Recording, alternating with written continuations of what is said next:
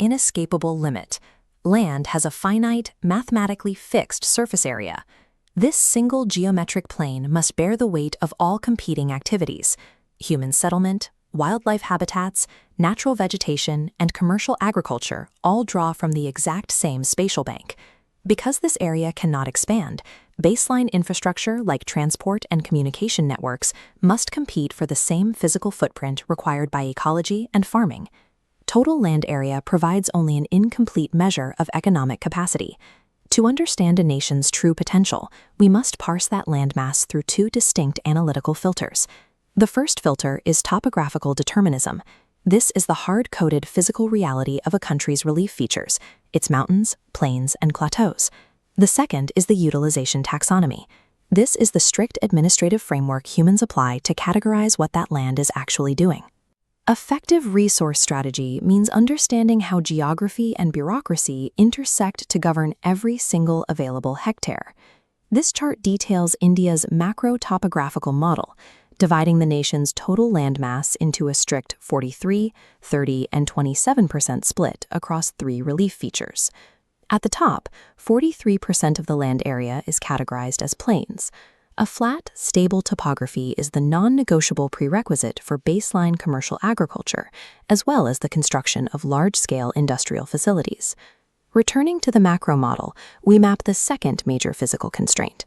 The 30% footprint occupied by mountains is often considered economically prohibitive, yet it serves a specific structural purpose in the broader national system. Mountains anchor ecology and tourism. Crucially, their elevation and snowpack ensure the perennial flow of river systems down into the plains. The final 27% is designated as plateaus. Geologically, this flat, elevated terrain operates as the nation's resource vault. It holds the country's rich reserves of extractable wealth, including minerals, fossil fuels, and dense, concentrated forest blocks. Before any human policy is drafted, this baseline topography sets the maximum potential limits for a nation's agriculture, extraction, and ecology. Once the physical baseline is established, we apply the human administrative framework.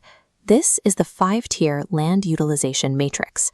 Tier 1 represents forests, establishing the primary protected baseline category.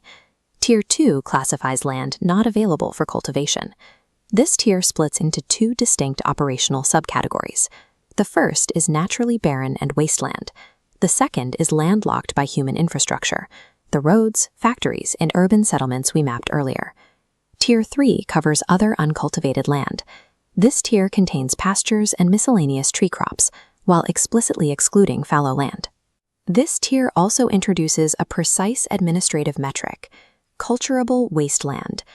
To meet this definition, a parcel of land must be left uncultivated for more than 5 agricultural years. These first 3 tiers represent structural rigidities.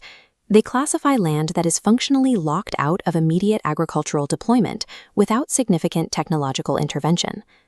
Now we shift our focus to the final 2 tiers of the matrix, which govern immediate agricultural potential.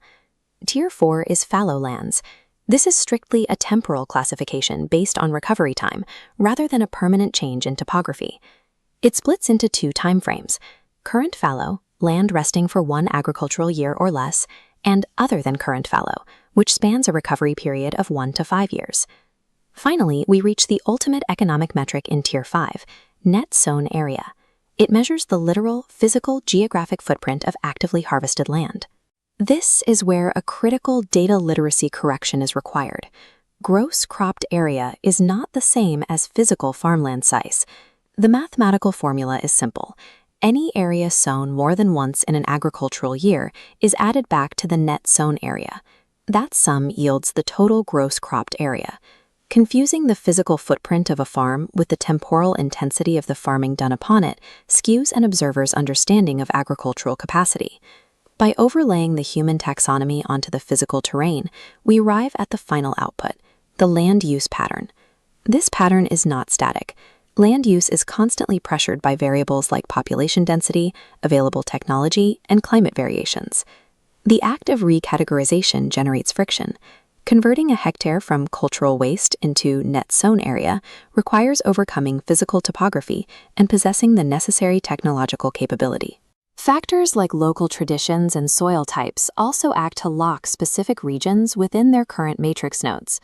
The economic value of any given hectare is ultimately defined by its precise position within this strict analytical framework.